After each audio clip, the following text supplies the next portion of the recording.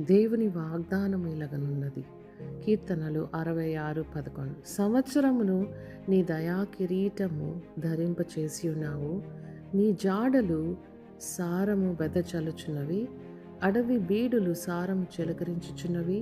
కొండలు ఆనందమును నడికట్టుగా ధరించుకొని ఉన్నవి. పచ్చిక పట్లు మందలను వస్త్రము వలె ధరించి ఉన్నవి. లోయలు సస్యములతో కప్పబడి ఉన్నవి.